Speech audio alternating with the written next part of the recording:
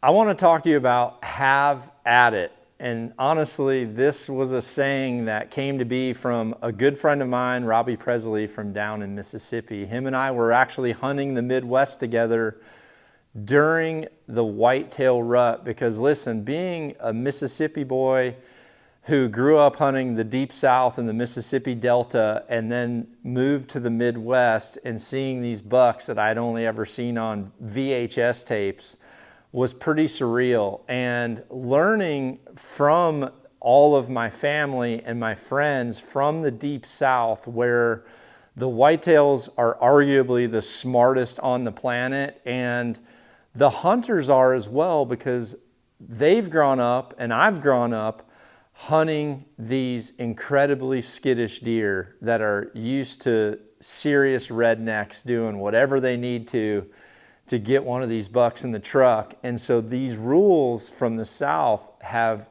greatly increased my opportunities and my success up here in the North once my Southern buddies reminded me of these rules. So have at it came from a hunt that I was doing with Robbie one time where we were in a spot and someone went out during the rut and they ended up getting a buck from this spot. And he said, man, there were deer everywhere. I saw this buck and that buck, and I ended up shooting the smallest one, the other three. I mean, we've all been at those camps, right? And then what happens? Someone's like, I'm going in. And then maybe they're there a little bit, and then other people are wanting to go to that spot. You're wanting to go. You're kind of like, man, I wish I would have freaking went. And next thing you know, they're like, I don't know, I'm going to just change locations, and you go in there. Well, here's why this never works. It's the rule of halves.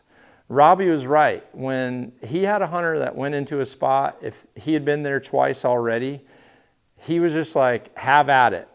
Go for it, because the half rule is so critical. So here's how it works.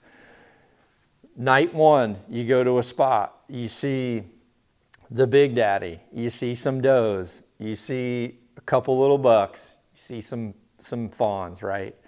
What happens is once you go in, and this plays into several things that I talk about how to burn a spot, or things that'll kill your hunt, all these apply to these same things.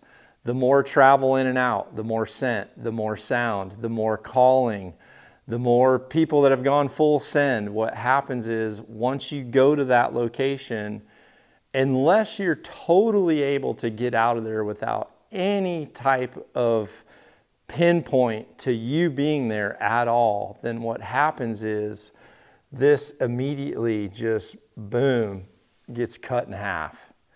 Okay, and honestly, you go there the next day, maybe you see that big one again, but you only see half of what you saw that first time when it was so good, because again, you've put down scent, you've put down sound.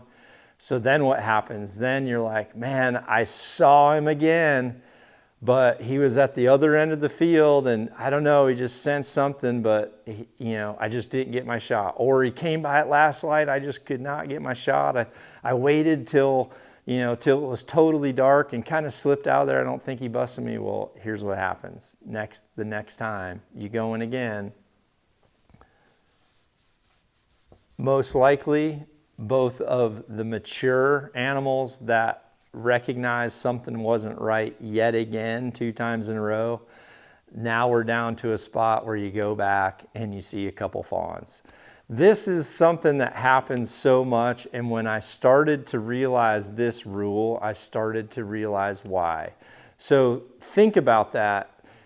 Don't just keep going to the same spot and same spot and same spot and same spot. Try to mix it up a little bit, because letting spots cool down is going to be important to getting that number back up to what it needs to be. Because when they sense human presence, they're definitely going to take an alternative, which they can easily do.